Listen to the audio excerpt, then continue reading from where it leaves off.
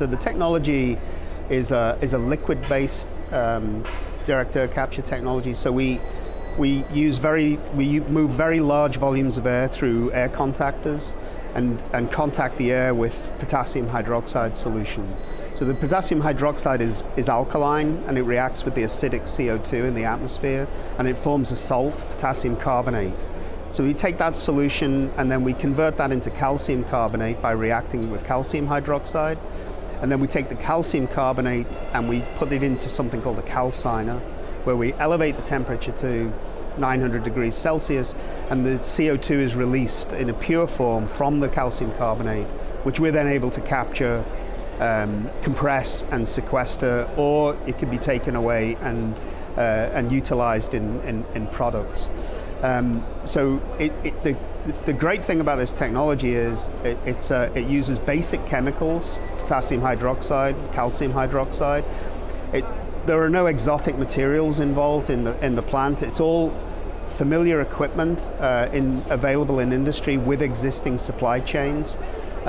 So we're able to capitalize on that. It's a continuous process, and we're able to look at ways of optimizing that over time as we deploy the plants. So that's the technology.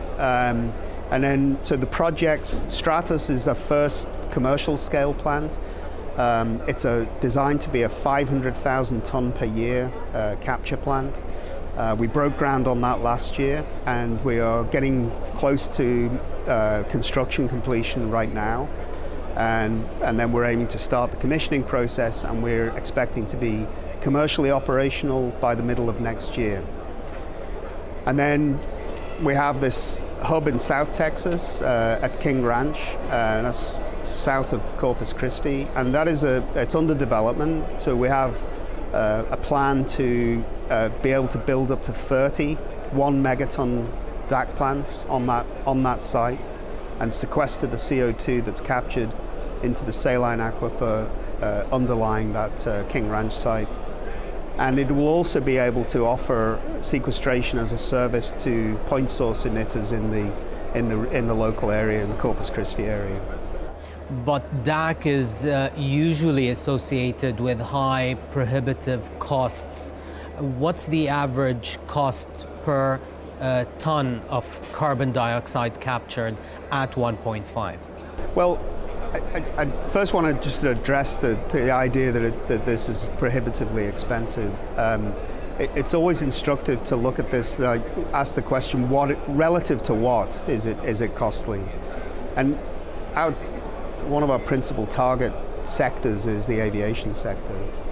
And part of the aviation roadmap to net zero 2050 is there's lots of things going on in aviation to do with efficient operations, small amount of hydrogen aircraft and so on. But there's a lot of focus on sustainable aviation fuel. And that will be a big piece of the decarbonization pathway for aviation. But there is still a residual quantity of emissions associated with SAF, and then there will be residual emissions from that part of the fuel consumption that isn't SAF. So there'll be a need for removals to be alongside SAF in any case. And if you compare the cost of removal credits today, plus the cost of conventional jet fuel, it's very comparable to the typical cost for sustainable aviation fuel. Goldman Sachs Carbonomics report looks at this on a continuous basis and researches where the sort of price point is for sustainable aviation fuel. So we've got a really good handle on how we stack up against SAF. So it's important, from our perspective, we look at CDR credits alongside SAF. It's a complementary solution for aviation.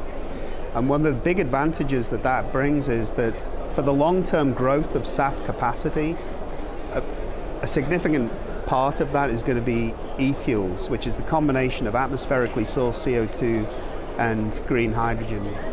And as you scale up the DAC industry, then you're scaling up the ability to have a feedstock of carbon dioxide to go into e-fuel production that has virtually no feedstock constraint. So putting a dollar figure per ton in Stratus, how much would that be? Well, you know, if you look at our, disclosures in the past, we've talked about in the ballpark of $500 a ton as a cost of capture. So, you know, our expectation is that as we deploy plants and as we innovate, we'll be able to bring that down. But that's a sort of ballpark figure for where we are at the moment in these first generation plants.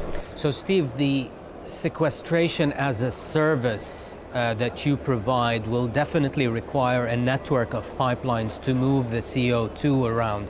Of course, being close to big industrial emitters and potential sequestration sites is essential to making the business model more applicable.